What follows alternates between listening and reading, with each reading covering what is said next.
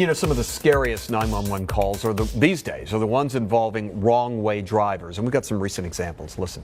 911, what's your emergency? Yes, I just wanted to report a wrong-way driver going down the Veterans Highway. I was driving on 301 north, and when I drove by, and the exit that is supposed to go south, there was a guy going up on the exit. They saw a vehicle get on 275 southbound on the northbound on-ramp going the wrong direction. Didn't have a vehicle description and wasn't sure if the vehicle realized it was going the wrong direction and stopped or not. Hello, I'm driving north on Veterans, and just south of Eisenhower intersection, a car was going the wrong way. It turned around and went south. I'm a northbound. Bye.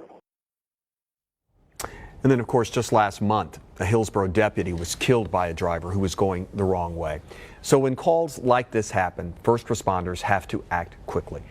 Major Chad Chronister is here from the Hillsborough County Sheriff's Office. Hey, Chad, good morning. Good morning, Russell. First of all, one more time, again, our condolences on the loss of Deputy Kotvila.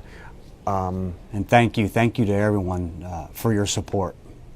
You know, we are just having far too many of these kinds of accidents, aren't we? You think when you start looking at some of the statistics, over 300 every year around the country, wrong-way drivers, head-on collisions.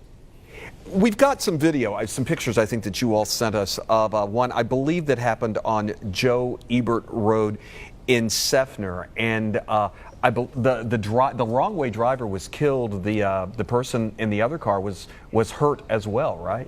He was and broke both his ankles. And in this case, we don't know why he was on the wrong side of the road. A lot of times we can attribute it to some type of impairment. But in this case, we don't know why he was on the wrong side of the road. He came up over a crest of a hill on the wrong side of the road. And of course, the other driver couldn't do anything to avoid it. Right.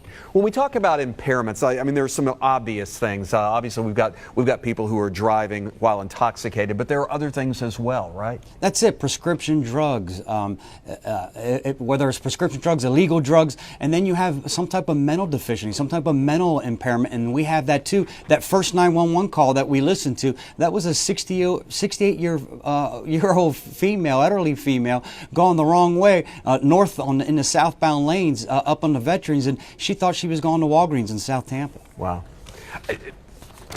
There are so many suggestions on what can be done, and one of the ones you sent us and you say is not a good suggestion, but a lot of people are talking about using tire spikes on ramps, but you said that's really not a feasible thing to do. And I'm guilty of that too, because I said, why don't we do that too? We do it going into some type of parking or parking garages. We put it, if you're going the wrong way, it deflates the tires.